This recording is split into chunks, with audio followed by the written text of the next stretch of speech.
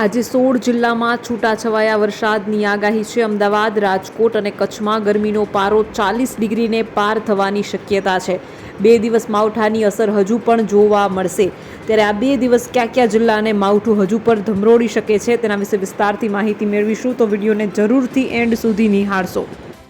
જો તમે પણ ગુજરાતની પડે પડની અપડેટ મેળવવા ઈચ્છતા હો તો હમણાં જ આ ચેનલને સબસ્ક્રાઇબ કરો અને સાથે કમેન્ટમાં આપેલી લિંક ઉપર ક્લિક કરીને ખાસ આપણા વોટ્સએપ ગ્રુપમાં જોડાવવાનું ચૂકશો નહીં। નમસ્કાર, તમારા બધાનું સ્વાગત છે ધ કાજલ સુવા યુટ્યુબ ચેનલ ઉપર। 16 જિલ્લામાં છૂટાછવાયા વરસાદની આગાહી કરવામાં આવી છે। ખાસ કરીને અમદાવાદ, રાજકોટ અને કચ્છમાં ગરમીનો પારો 40 ડિગ્રીને પાર થવાની શક્યતા છે। 2 દિવસ હજુ પણ માવઠું થવાની સંભાવના છે। હવામાન વિભાગે આજે અને આવતીકાલે રાજ્યમાં છૂટાછવાયા સ્થળે વરસાદની આગાહી કરી છે। કમોસમી વરસાદની આગાહીની સાથે આજથી અમદાવાદ, રાજકોટ અને ભુજમાં ગરમીનો પારો 40 ડિગ્રીએ પહોંચવાની શક્યતા પણ વ્યક્ત કરવામાં આવી છે। હવામાન વિભાગના મતે આગામી 7 દિવસમાં મહત્તમ તાપમાન 3 થી 5 ડિગ્રીનો વધારો નોંધાઈ શકે છે। આજે દક્ષિણ ગુજરાત ક્ષેત્રના તમામ જિલ્લાઓ જેમ કે વડોદરા, છોટાઉદેપુર, નર્મદા, ભરૂચ, સુરત, ડાંગ, નવસારી, વલસાડ, તાપી, દમણ અને દાદરાનગર હવેલીમાં છૂટાછવાયા સ્થળોએ વરસાદ થવાની સંભાવના છે। વાત કરીએ સૌરાષ્ટ્ર અને કચ્છની, તો સૌરાષ્ટ્ર અને કચ્છના જિલ્લાઓ જેમાં રાજકોટ, પોરબંદર, જૂનાગઢ, અમરેલી, ભાવનગર, ગીર સોમનાથ, કચ્છ અને દીવમાં હળવાથી મધ્યમ વરસાદની ગાજવીજ સાથે આગાહી કરવામાં આવી છે। 3 જિલ્લામાં તાપમાન 40 ડિગ્રીને પાર જવાની શક્યતા છે। માવઠાની અસર ઓછી થતાં જ ગુજરાતવાસીઓને હવે આકરી ગરમીનો સામનો કરવા તૈયાર રહેવું પડશે। આજથી અમદાવાદ, રાજકોટ અને કચ્છ જિલ્લામાં ગરમીનો પારો 40 ડિગ્રીને પાર પહોંચવાની આગાહી કરવામાં આવી છે। આજે વિવિધ શહેરોમાં મહત્તમ તાપમાનની આગાહીની જો વાત કરીએ તો અમદાવાદમાં 40 ડિગ્રી, સુરતમાં 36 ડિગ્રી, વડોદરામાં 37 ડિગ્રી, રાજકોટમાં 41 ડિગ્રી, ભુજમાં 40 ડિગ્રી, ભાવનગરમાં 36 ડિગ્રી, પોરબંદરમાં 35 ડિગ્રી, દ્વારકામાં 34 ડિગ્રી અને ડીસામાં 40 ડિગ્રી સુધીનું તાપમાન નોંધાઈ શકે છે।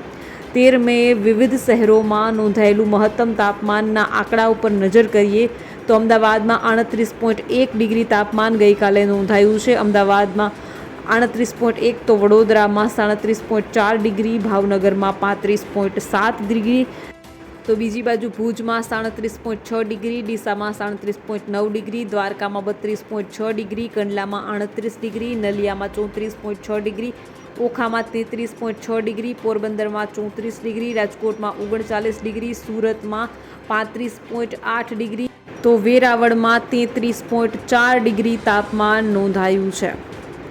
ભારતીય હવામાન વિભાગ IMDએ આગાહી કરી છે કે આ વર્ષે ચોમાસું 27 મે સુધીમાં કેરળમાં પહોંચશે, જે સામાન્ય તારીખ કરતાં વહેલું છે। દક્ષિણ પશ્ચિમ ચોમાસાની ગતિવિધિ શરૂ થઈ ગઈ છે। આનાથી ખેડૂતોને ફાયદો થશે અને કૃષિ ચક્ર જે છે તે ગતિશીલ બનશે। ઉત્તર પ્રદેશ અને બિહારમાં પણ ચોમાસું વહેલું આગમન થાય તેવી શક્યતા છે। ગુજરાતની એન્ટ્રીની વાત કરીએ તો દેશમાં ચોમાસાની એન્ટ્રી થવાની છે।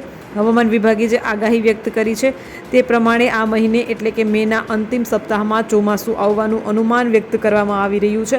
ચોમાસું આવવાને કારણે દક્ષિણ પશ્ચિમ મોન્સૂન ગતિવિધિઓને દેશમાં સમયસર અથવા સમયથી પહેલાં શરૂ થઈ શકે છે, તો તેની ગતિ જે છે અને મૂવમેન્ટ બેઝ પર હવામાન નિષ્ણાતોનું માનવું છે કે 27 મે સુધી ચોમાસાની ઉપસ્થિતિ કેરળમાં થઈ જશે, જ્યારે અહીં ચોમાસાનું આગમન સામાન્ય રીતે 1 જૂને થશે।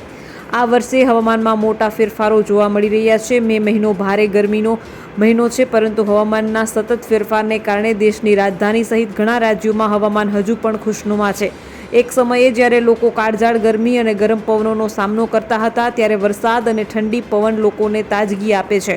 હવે ચોમાસા અંગે હવામાન વિભાગના તાજેતરના અપડેટથી પણ રાહતના સમાચાર સામે આવ્યા છે। ભારતીય હવામાન વિભાગના જણાવ્યા અનુસાર છેલ્લા 2 દિવસથી આજે એટલે કે 14 મેના રોજ દક્ષિણ પશ્ચિમ ચોમાસું બંગાળની ખાડીમાં આંદમાન સમુદ્રના કેટલાક વિસ્તારોમાં પહોંચી ગયું છે। કેરળમાં ચોમાસાની એન્ટ્રી 27 મેએ થવાની સંભાવના છે। તે દેશના અલગ અલગ ભાગમાં થતાં 5 જુલાઈએ રાજસ્થાનમાં પશ્ચિમી ભાગમાં પહોંચશે। એટલે કે 27 મેથી 5 જુલાઈ સુધી દેશનો દરેક ખૂણો વરસાદમાં પલળી ગયો હશે. આ વખતે ચોમાસામાં સારા વરસાદની સંભાવના વ્યક્ત કરાઈ છે. ચોમાસું 27 મેથી શરૂ થશે. 1 જૂને કેરળ અને તામિલનાડુમાં ચોમાસું પ્રવેશ કરશે. આ પછી ચોમાસાના પવનો કર્ણાટક અને આંધ્રપ્રદેશમાં પ્રવેશ કરશે અને 5 જૂન સુધી સમગ્ર રાજ્યોમાં ભારે વરસાદ જોવા મળશે. મોન્સૂન અપડેટ વિશે વાત કરીએ તો દક્ષિણના રાજ્યોમાં ચોમાસાની શરૂઆત જે છે તે 10 જૂનના રોજ 10 જૂન સુધીમાં ચોમાસું મધ્ય મહારાષ્ટ્ર અને તેલંગાણામાં પહોંચી જશે. આ તે સમય હશે જ્યારે ચોમાસું આંધ્રના પૂર્વ ભાગમાં પ્રવેશ કરશે. આ વિસ્તાર ઓડિશાને અડીને આવેલો છે. ઓડિશામાં 12 જૂનથી 15 જૂનની વચ્ચે ચોમાસું આવવાની ધારણા છે. આ પછી ચોમાસું મધ્ય ભારતમાં પ્રવેશ કરશે. 15 જૂને તે ગુજરાત, મધ્યપ્રદેશ, મધ્ય છત્તીસગઢ, પશ્ચિમ બંગાળ અને બિહારના મધ્યમાં પહોંચી જશે. 20 જૂને ચોમાસું મધ્યપ્રદેશના ઉપરના વિસ્તારો, ગુજરાતમાં અરબી સમુદ્રને અડીને આવેલા વિસ્તારો અને ઉત્તર પ્રદેશના પૂર્વાંચલમાં પણ પહોંચી શકે છે. ચોમાસું દેશના ઉત્તર પશ્ચિમ ભાગમાં સૌથી છેલ્લે પહોંચે છે. આ વખતે ચોમાસું 25 જૂનથી 2 જુલાઈ સુધી ગુજરાત, રાજસ્થાન, હરિયાણા, પંજાબ, દિલ્હી, હિમાચલ, મધ્ય જમ્મુ કાશ્મીરને આવરી લે તેવી અપેક્ષા છે. આજે વડોદરા સહિત ક્યાં ક્યાં વરસાદ પડી શકે છે તે જાણવું પણ મહત્વનું છે. ડાંગના વાતાવરણમાં આજે ફરી એકવાર પલટો આવ્યો છે. વઘઈ, આહવા તેમજ સાપુતારા સહિત અનેક વિસ્તારોમાં કમોસમી વરસાદ થઈ રહ્યો છે. વરસાદ શરૂ થતાં વાતાવરણમાં ઠંડક પ્રસરી છે. હવામાન વિભાગની 5 દિવસની આગાહીની જો વાત કરવામાં આવે તો ગુજરાતમાં છેલ્લા કેટલાક દિવસથી ગાજવીજ સાથે કમોસમી વરસાદ થઈ રહ્યો છે, તો બીજી બાજુ કેટલાક વિસ્તારોમાં ગરમી સાથે બફારાની સ્થિતિ પ્રવર્તી છે. ત્યારે હવામાન વિભાગે ફરી ગાજવીજ સાથે હળવાથી મધ્યમ કમોસમી વરસાદની આગાહી કરી છે. આ ઉપરાંત 2 દિવસ થંડરસ્ટ્રોમ સાથે વરસાદની આગાહી કરવામાં આવી છે. ડાંગ જિલ્લામાં સતત 1 સપ્તાહથી કમોસમી વરસાદ વરસી રહ્યો છે. ડાંગના વાતાવરણમાં આજે ફરી એકવાર પલટો આવ્યો છે. વઘઈ, આહવા તેમજ સાપુતારા સહિત અનેક વિસ્તારોમાં કમોસમી વરસાદ થઈ રહ્યો છે. વરસાદ શરૂ થતાં વાતાવરણમાં ઠંડક પ્રસરી છે, તો સતત 1 સપ્તાહથી કમોસમી વરસાદને જોતા ખેડૂતો ચિંતિત બન્યા છે. હવામાન વિભાગની આગાહી જોઈએ તો આજે 14મી તારીખે બુધવારે કચ્છ, પોરબંદર, રાજકોટ, જૂનાગઢ, અમરેલી, ગીર સોમનાથ, ભાવનગર, વડોદરા, છોટાઉદેપુર, ભરૂચ, નર્મદા, સુરત, તાપી, નવસારી, ડાંગ અને વલસાડમાં છૂટાછવાયા સ્થળોએ હળવી મેઘગર્જના સાથે હળવાથી મધ્યમ વરસાદ પડવાની આગાહી છે. આ વિસ્તારોમાં 30 થી 40 kmph ગતિથી પવન ફૂંકાવાની પણ શક્યતા છે. વધારે જો વાત કરીએ તો IMDના વેધર મેપ પ્રમાણે 15મી તારીખે અમરેલી, ભાવનગર, તાપી, નવસારી, ડાંગ અને વલસાડમાં છૂટાછવાયા સ્થળોએ ગાજવીજ સાથે હળવાથી મધ્યમ વરસાદની આગાહી આપવામાં આવી છે. આ ઉપરાંતના તમામ જિલ્લામાં વાતાવરણ શુષ્ક રહેશે. હવામાન નિષ્ણાત અંબાલાલ પટેલે ગુજરાતના હવામાન અંગેની આગાહીમાં જણાવ્યું છે કે હવે રાજ્યના અનેક વિસ્તારોમાં પ્રી-મોન્સૂન એક્ટિવિટી શરૂ થશે, જેને કારણે આગામી દિવસોમાં વરસાદી માહોલ સર્જાવાની શક્યતા છે. હાલમાં કચ્છ, ઉત્તર ગુજરાત અને કેટલાક મધ્ય ગુજરાતના વિસ્તારોમાં તારીખ 15 સુધી મધ્યમથી ભારે વરસાદ પડી શકે છે. આ સમયે વીજળીના કડાકા, તીવ્ર પવન અને ઝરમર વરસાદ સાથે છૂટાછવાયા વિસ્તારોમાં આંધી વંટોળ જેવી પરિસ્થિતિ સર્જાઈ શકે છે. તારીખ 17મી મે પછી તાપમાનમાં ઉછાળો જોવા મળશે. રાજ્યના કેટલાક ભાગોમાં મહત્તમ તાપમાન 39 થી 40 ડિગ્રી સુધી પહોંચી શકે છે. ઉકળાટ, ભેજ અને ગરમીમાં નોંધપાત્ર વધારો થવાની શક્યતા છે, જેને કારણે લોકોના આરોગ્યમાં પણ અસર થઈ શકે છે. અંબાલાલ પટેલે જણાવ્યું છે કે 24 મેથી 4 જૂન વચ્ચે અરબ સાગરમાં દબાણ સર્જાઈ શકે છે.